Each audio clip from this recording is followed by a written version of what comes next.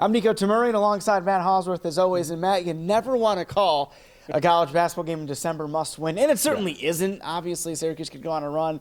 But it just feels like Syracuse has to win this game with Iowa 7 o'clock in the Dome. Yeah, I mean, when you look at those last two games at the Barclays Center in Brooklyn, holy cow. You're just hoping somebody else steps up aside from Elijah Hughes. This team moving forward needs another player to be that, not the go-to guy, but somebody that's going to chip in reliable points, because this team has shown through those two games in Brooklyn they haven't been able to make shots consistently. And that's just it, Matt, too. Jim Boeheim saying it best the other day. He's like, this was not the year to start with a challenging schedule. Power 5, really battle-laden teams like Oklahoma State and Penn State.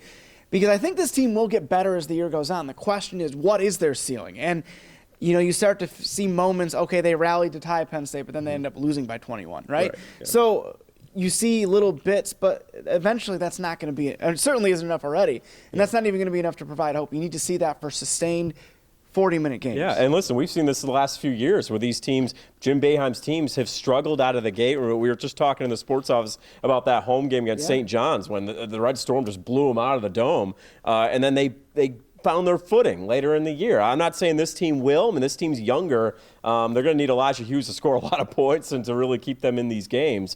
But they're I think they have the mental makeup to bounce back. They have good players. This is a team that relies on shooting, and that three ball has got to go in for this team to win games. That's just it, too. I never count out a team that's got a competitor, even if he's a freshman like Joe Girard III. The guy just doesn't lose, and he won't be down for long. And certainly Iowa coming in, this is a tough team. You see 2 losses, so they're technically only 1 win better than Syracuse, but those losses were to a pair of undefeated teams in San Diego State and DePaul. Yeah. 2 really good teams.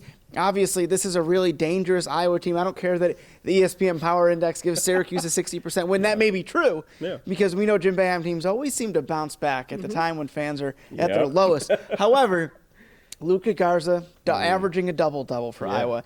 The coach's son, Connor McCaffrey, starting point guard, averaging about 5 assists per game. This is a team that is dangerous. They're not this team that's going to be wowed by the Dome, as cool of a venue as it is.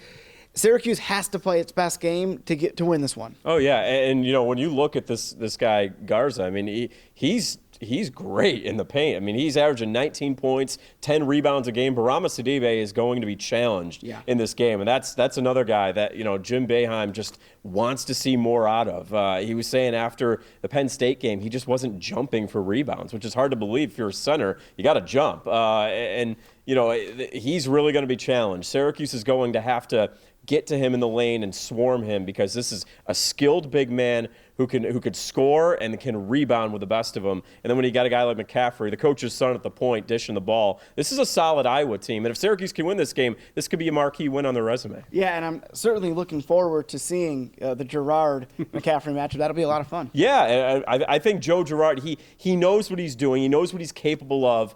We just need to see that on a consistent basis. I mean, listen, this kid just a few months ago was playing in Class B New York State high school basketball. Now he's being asked to be the starting point guard of an ACC team, going up against solid players of Oklahoma State. I mean, that point guard at OSU looked like a linebacker. He's a grown man. Yeah. Penn State, those guards were good. So Joe's learning, and we know he'll be good. It's just a matter of time. Yeah, I say this, when it comes down to predictions, Syracuse basketball, sometimes you have to throw stuff out the window. And what I mean by that is Jim Boeheim is in the Hall of Fame for a reason. The guy is just – I remember Mike Hopkins used to call the Mellow Center the lab and used to call Jim Boeheim the professor, because the guy just works things out that are just beyond comprehension, even for some coaches and players and whatnot.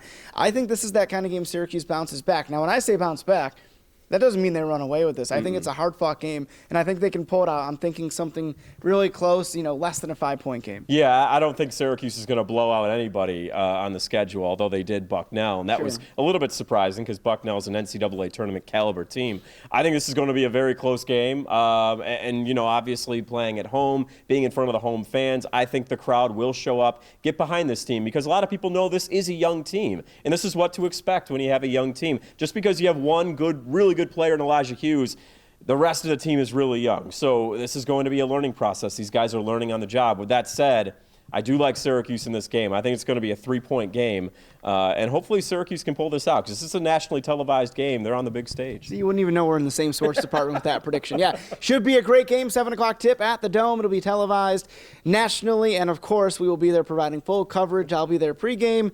Matty Ice over here will be doing the post-game coverage with a reaction from the team. Until then, we'll see what happens with the Orange and the Hawkeyes.